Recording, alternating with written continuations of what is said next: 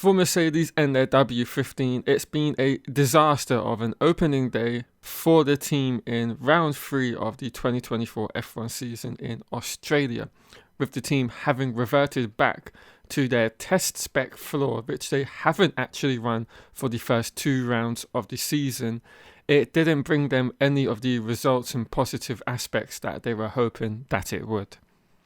And in fact, it seems to have made absolutely zero difference in terms of the high-speed issues that they've been having throughout these 3 weekends thus far.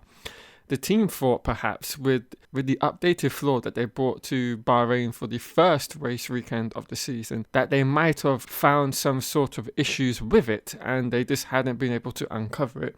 And so in coming to Melbourne, the team decided to revert back to their test spec floor where they had a better balance and looked a lot more quicker in comparison to the other teams in and around their vicinity. But throughout FP1 and FP2, that seemed to not be the case at all, with both in terms of a performance and balance based situation.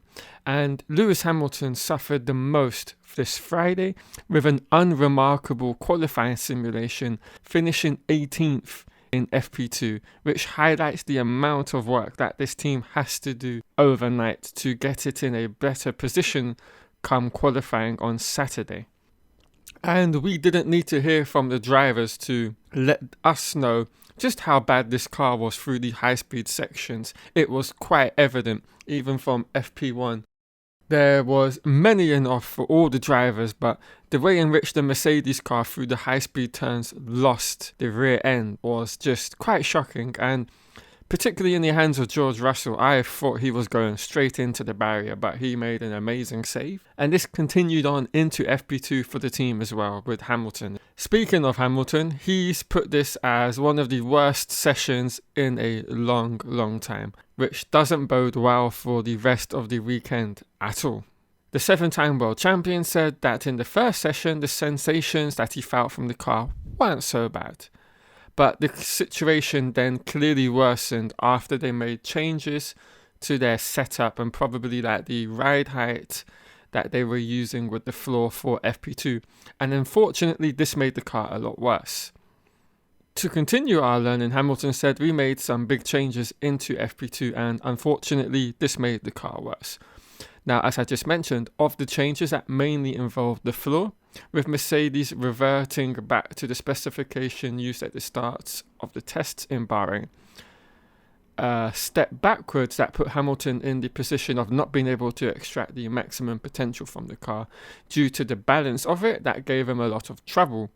A significant effort now has to be undertaken to avoid running into a weekend that further worsens the start to this championship for Hamilton in particular.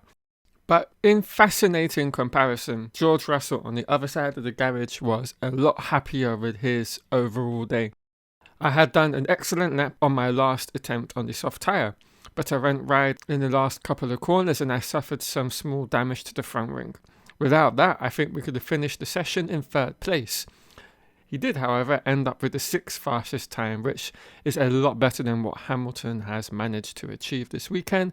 And so you can quite clearly see he has a lot more confidence in the car, and particularly so, this probably stems from the setup in which they went in terms of the direction with the 2 drivers. But before we go any further, if you've enjoyed the content within this video, please consider subscribing, as I would greatly appreciate it, as I'm looking to grow this channel and I have a lot more content that I want to produce. And I may even be going to the Japanese Grand Prix later on in April, so I could have some really interesting content to bring you all. Right, back to the video.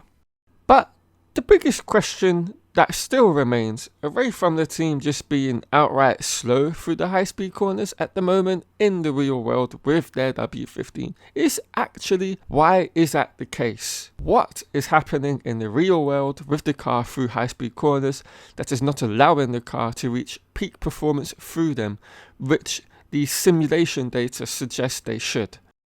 And it was very apparent, this weakness of theirs, for all to see. Just have a look at this clip on screen at the moment of Hamilton v Norris in the final stint in the Jeddah race while on soft tyres. Norris leaves Hamilton for dead in the space of what? 3 corners? That is crazy to witness visually. And it can't continue to happen for much longer. So will Mercedes find the problem? And secondly, can and how do they solve it?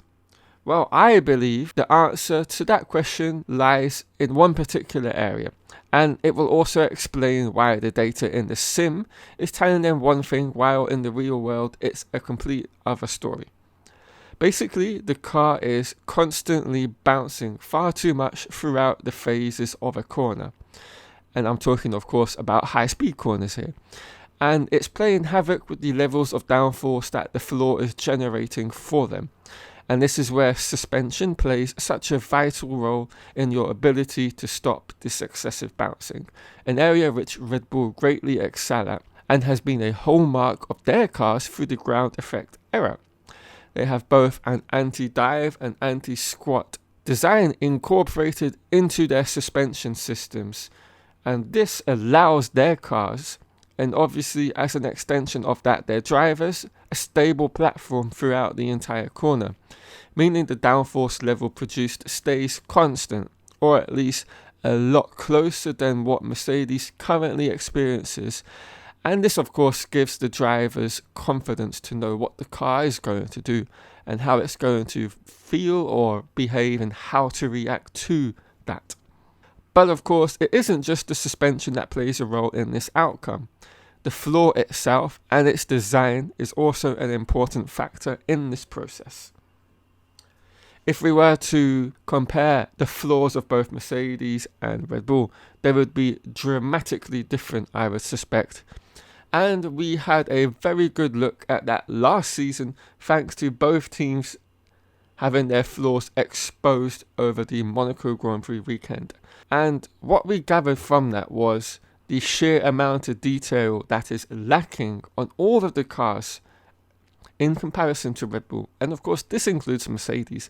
As you can see from the 2 pictures on screen now, there is a level of detail seen on the RB19's floor, and this can only have improved going into this season. That is just miles above anything else that any of the teams have been able to do. And I believe this is another reason for the dramatic difference between all of the teams when it comes to race pace. They have that stable platform that enables them to have the downforce level they want throughout every phase of the corner. And this is a mysterious characteristic that the Mercedes team have to figure out and get on top of. And it is that very mysterious characteristic which isn't showing up in the sim world but is present in the real world that makes the W15 not perform as it should be in high-speed corners, where a combination of the bouncing and as a result of that, the constant loss and change of the downforce levels and grip is costing the team and its drivers a chunk of lap time to the opposition.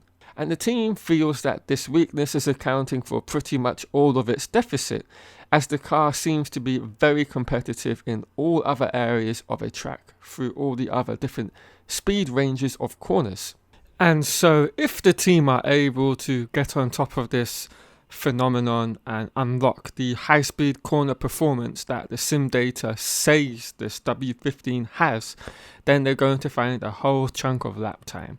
And I think with that, they will be able to fight their, current opposition a lot more closer on the track, and perhaps probably really would be a little bit ahead of them in certain aspects or in certain tracks. Right guys, that's the video. Hope you've all enjoyed it. If you have, leave a comment down below and I'll catch you in another video.